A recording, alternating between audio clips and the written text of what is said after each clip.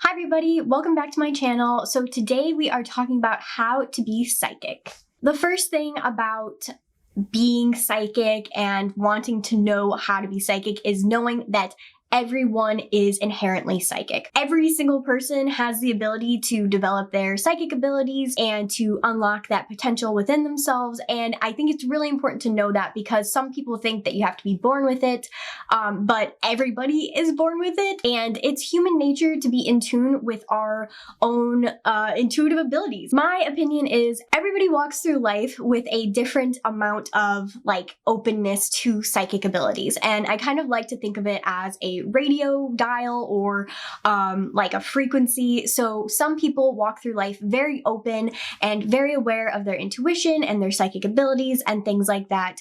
And other people just have the radio turned down a little bit more, but it's very easy to turn the radio dial back up if you want to be psychic and you want to start developing. I would encourage you to look back at your childhood, and one sign that you may already be psychic is that if you had experiences as a kid that you have shoved away or suppressed because a parent told you that they weren't real, or a friend made fun of you for, having these abilities or whatever. Sometimes looking back on our childhood can kind of indicate to us that we were already predisposed to psychic abilities and our intuition was really strong as a kid. So if you look back on your childhood and you had experiences of, seeing ghosts at the end of your bed or having visions or knowing things before they happened, those can kind of indicate that you already have psychic abilities and you've just suppressed them because you are an adult now, probably. So even if you had experiences as a kid and you've kind of shut them down or you've closed yourself off to them, this video will really help you start to kind of open back up gradually and really start to help you embrace that side of yourself again.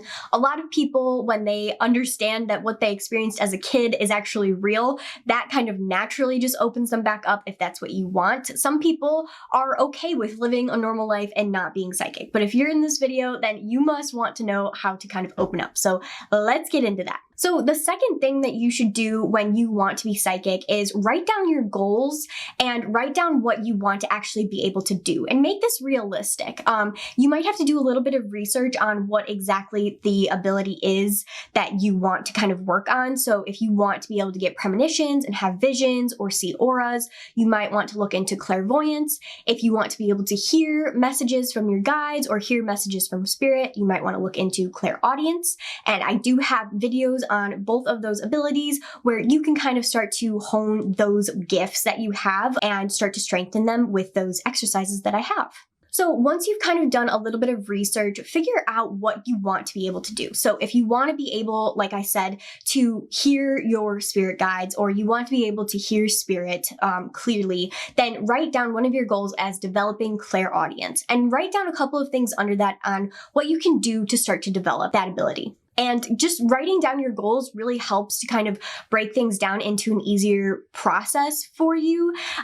Because when we start diving into psychic abilities and spirituality in general, there is so much information out there that you want to break it down into bite-sized pieces so you don't get overwhelmed and feel like you can't do all of these things, because it's a lot. There's a lot to this, okay? So if one of your goals is to develop your clairaudience, write your goals down, write some exercises you can do, and focus on clairaudience for a month or a couple of weeks and see how you're doing, and then switch to a different clair ability and start to develop that one. The other thing I want you to write down is your rules for opening up and developing your psychic abilities. So one of my rules when I started to open up as a psychic is that I did not want to see dead people at the foot of my bed. I just didn't want to see dead people. So it's really important to know that when you're opening up and you're starting to develop your psychic abilities, you call the shots with this. You get to decide what you want to be able to do and what you don't want to be able to do. Even though you may have one ability or two abilities that kind of come naturally to you, you can set your own rules for spirit when you start to open up, and your spirit guides will kind of help you to stay along that path of what you want to experience and what you don't want to experience. So write down your rules, and you can kind of play off of of that one that I said, because I know a lot of people, when they're opening up, they don't want to see spirits or demons or scary things. And if you say that you don't want to, then the intention is set and your guides will make it so you don't. And if you do end up seeing them, even though you've made that rule, check in with your guides again and just say, like, I don't want to experience this. Please help me open up in a safe way that won't scare me from really developing my abilities. I would also write down something if you are wanting to see premonitions or visions, and I actually did this as well. When I was starting to develop my abilities, I did not want to get world predictions and stuff like that. So obviously that has changed if you saw my other video where I talked about the world predictions that I get. But I first started getting visions and things and immediately made it one of my rules with Spirit that I did not want to get world predictions. If we were gonna get, if we were gonna get like go to war or whatever, like I didn't want to know about it because it was too much for me as a new developing empath and psychic. So you can kind of add little things like that in if you don't want to be able to hear things at night, if you only want to experience certain things with your abilities in a certain time frame, or when you're wearing a certain necklace, or things like that, then make sure you write those rules down and kind of collaborate with your spirit guides and say, spirit guides, please make my developmental process go smoothly, and here are the rules that I would like to kind of follow with Spirit. The third thing I would recommend is learning how to ground and protect yourself. I think that that is one of the basic stepping stones for being psychic, is learning how to really protect yourself and ground your energy, because when you start opening yourself up to your abilities and things like that, you are going to start experiencing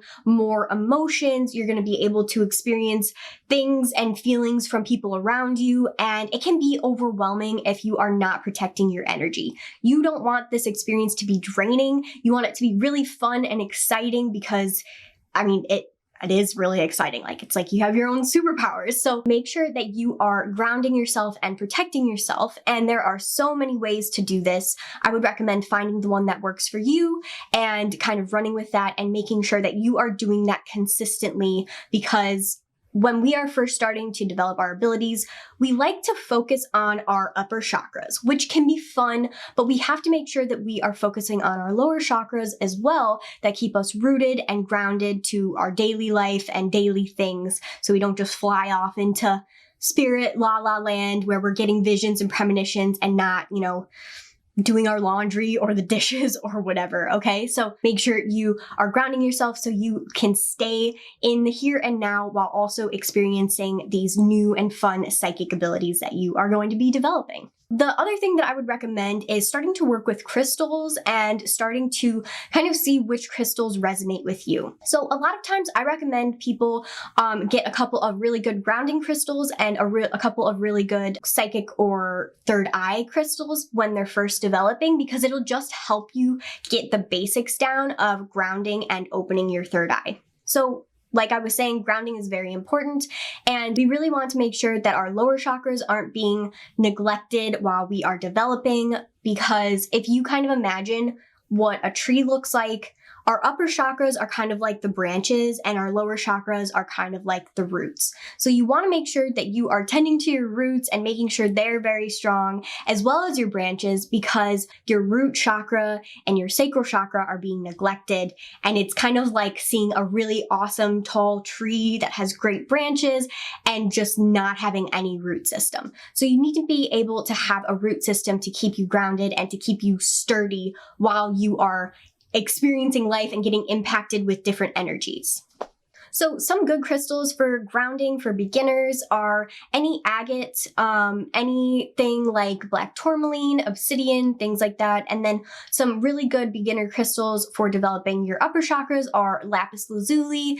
Amethyst is good because it protects, and my camera just died while I was talking about crystals, but I was talking about how amethyst is a really good crystal for your upper chakras because it both protects you and it helps open your third eye and crown chakra. So just go into a crystal shop and see what you're drawn to, and usually that is how you can tell what you need for your energy at that time. It's a really fun way to kind of go get what you need.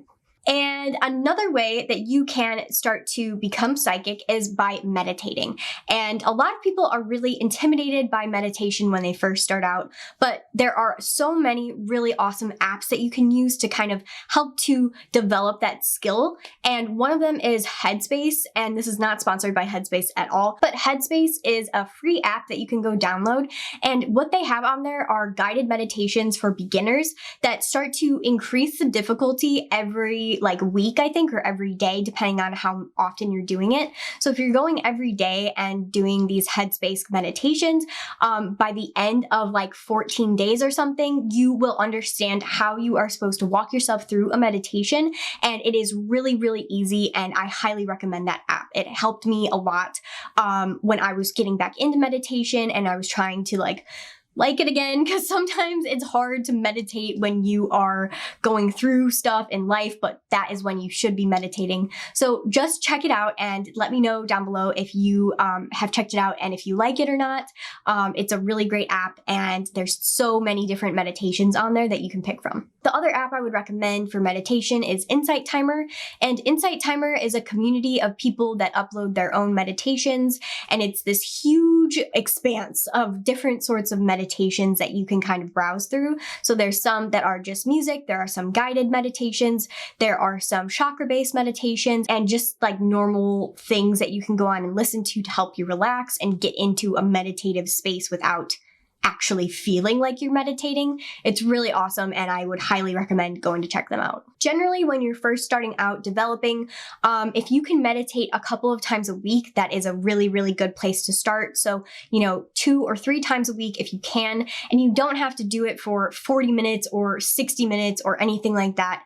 5 to 10 minutes is a really good place to start for beginners, and 15 minutes is what I would recommend because 15 minutes, you have time to relax your body, get into that headspace of, quieting your mind and things like that. And then I feel like you start to kind of get into that meditative zone around 10 minutes. So that obviously depends on your level of, where you're at in your own development and things like that. But I would definitely recommend starting small and working your way up gradually. The other thing I would recommend is to read books. There is so much information on the internet these days that sometimes it can't be super reliable. So it's really good to take information from books, from experienced psychics or mediums or people that have actually established some sort of audience with their books and things like that. So there are a couple of books I would love to recommend to you all. The Lightworker Source is a really great book that is basically just a guide to